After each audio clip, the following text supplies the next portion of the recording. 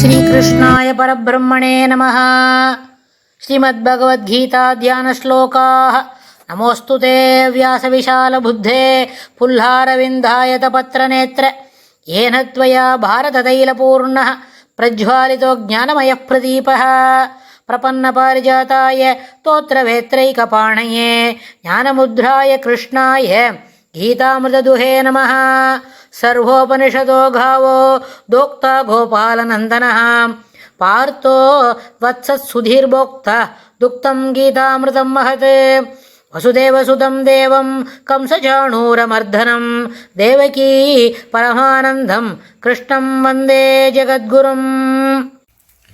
அடுத்தது 18வது அத்தியாயத்தில் 35வது ஸ்லோகம். யயா ஸ்வப்னம் பயம் சோகம் விஷாதம் மதமேவ ச ந விமுஞ்சதி துர்மேதா திருதி சா பார்த்த தாமசி.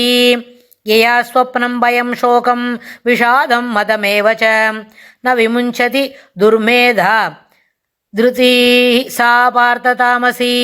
துர்மேதா, மேதா அப்படின்னா அறிவு, துர்மேதான்னு சொன்னால் கெட்ட புத்தி, அறிவு கெட்ட ஒருவன் அப்படின்னு. பார்த்த அப்படின்னு பெருமாள் அர்ஜுனனை கூப்பிட்டு யயா துர்மேதா, அறிவு கட்ட ஒருவன், அதாவது சரியான அளவில் அறிவில் தெளிவில்லை, அறிவில் கலக்கம் இருக்குது, அறிவில் எதையும் சரியாக புரிஞ்சிக்கல, எல்லாமே ஒரு முரட்டுத்தனமான எண்ண ஓட்டங்களே அவனிடம் மேலோங்கி நிற்கிறது அப்படின்னு சொன்னால் அவன் துர்மேதா அப்படின்னா. ஏயா எதனால்? சொப்பனம். சொப்பனம் என்ன சொன்னால் என்ன பண்ணும்? அது எப்போ வரும்? கனவு எப்போ வரும்? தூக்கத்தில் தான் வரும். முழிச்சுன்றே இருக்குச்சே வந்தால் அது கனவில்லை, அது எண்ண ஓட்டங்கள். You are going for day dreaming, wool gathering அப்படின்னு தான் இருக்கும். அது சொப்பனம் இல்லை. சொப்பனம் என்ன சொன்னால் தூங்கச்சே வரும்பொழுது கனவு தான். அப்போ அதுபோல் தூக்கத்தையும் பயத்தையும் சோகம் துயரத்தையும் விஷாதம், விஷாதம் என்ன சொன்னால் என்ன? மனக்குழப்பம்.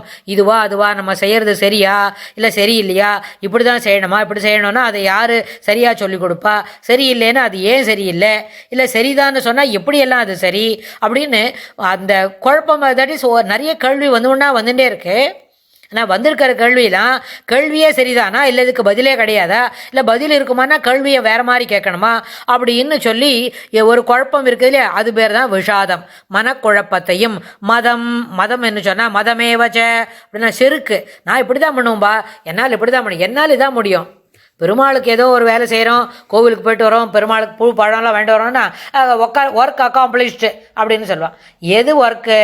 பெருமாளுக்கு செய்கிறது கைங்கரியம், அது வேலை இல்லை. அதே மாதிரி ஒரு குட்டி குழந்தைக்கு சாதம் பண்ணி கொடுத்து அதை சாப்பிட வச்சு அதுக்கு உண்டான வேலையை செய்கிறது அவள் அம்மாவோட கர்த்தவியம், அது ஒரு வேலை இல்லை. அதே மாதிரி வீட்டில் இருக்கிற பெரியவாளுக்கு அவளுக்கு ஓணுன்ற சாமானெல்லாம் கொடுத்து அவளுக்கு சாப்பிட்றதுக்கு கொடுத்து சரியாக குளிக்கிறாளா அப்படின்லாம் பார்த்து அவளுக்கு ஓணுன்றதை எடுத்து கொடுத்து பண்ணுறது பேர் வேலை இல்லை, அது ஒரு கர்த்தவியம். இட் இஸ் அ ரெஸ்பான்சிபிலிட்டி, கடமைன்னு சொல்லும்பொழுது அங்கே ஒரு கட்டுப்பாடோடு செய்யணும். அதில் செய்ய முடியாதுன்னு சொல்ல என்னால் எவ்வளோ தான் முடியும்பா, நான் என்ன தோசை வாத்து கொடுக்குறது வேலைக்காரனா அப்படின்னு ஒரு அம்மா குழந்தைன்ட்டு கேட்குறான்னு வைங்க.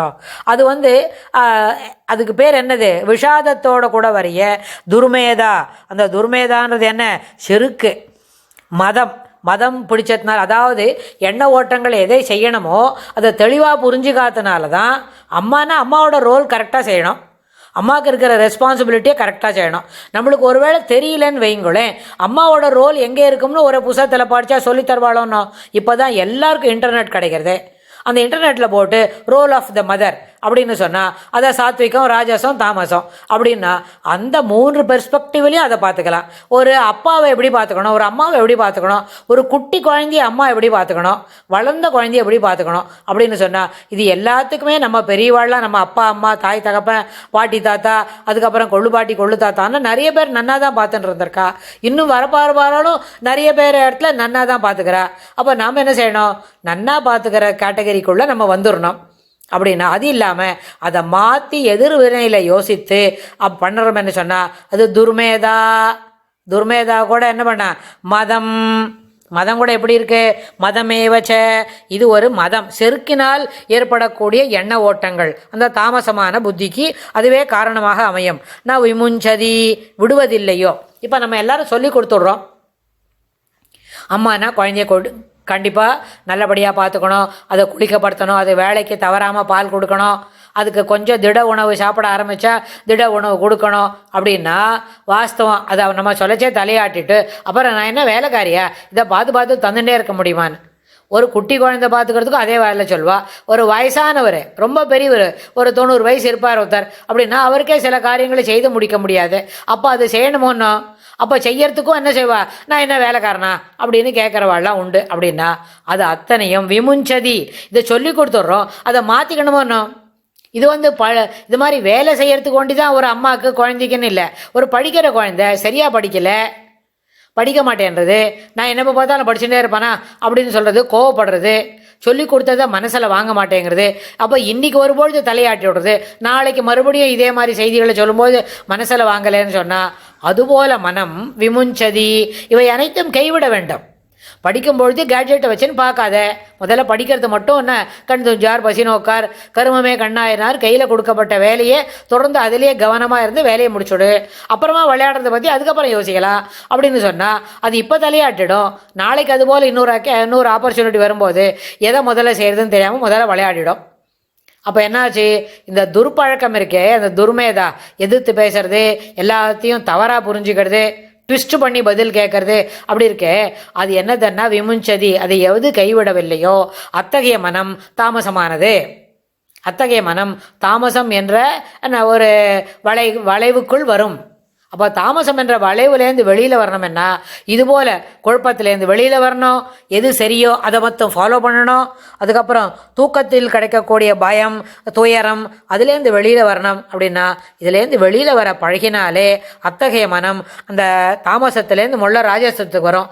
ராஜசத்துலேருந்து சில முக்கியமான பழக்கங்களை மேற்கொண்டமானால் அது சாத்விகமான மனசத்திற்கும் என்ன பண்ணோம், சாத்விகமான மனசிற்கு கொண்டு செல்லும். அதனால் துளி துளியாக இருக்கிற பிழைகளை திருத்தி கொள்ள வேண்டியது அத்தியாவசியம். அதுதான் இங்கே இருக்கிற உள்ளுரை பொருள். அதை நம்மளுக்கு கிருஷ்ணர் சொல்லி கொடுக்கறதுக்கு தயாராக இருந்தார், சொல்லி கொடுத்துட்டுருக்கார். நம்ம எந்த அளவுக்கு அதை புரிஞ்சுக்கிறோம் அப்படின்னா, பெருமாளே நம்ம எதிர நின்று நம்மளை சொல்லி கொடுத்து நம்மளை கேட்டுக்கோ அப்படின்னு சொல்கிறாருன்னு மனசில் வாங்கிண்டா அந்த பாவ உணர்ச்சியை மனசில் வளர்த்துண்டமான இவை அனைத்தும் நமக்காகவே சொல்லப்பட்டது அப்படின்ற ஒரு ஈடுபாடு வரும். தன்னடைவே இவற்றிலிருந்து நாம் முன்ன பண்ண முடியும். புதுசான செய்திகளை கற்றுக்கொள்ள வாய்ப்புகள் அதிகரிக்கும் அப்படின்னு சொல்லி இந்த பதிவை நம்ம நிறைவு செய்கிறோம். அடுத்த பதிவில் கிருஷ்ணர் இன்னும் என்ன சொல்கிறார் அடுத்த ஸ்லோகத்தில் நம்ம பார்ப்போம். ஸ்ரீ கிருஷ்ணாய துப்யம் நமஹ.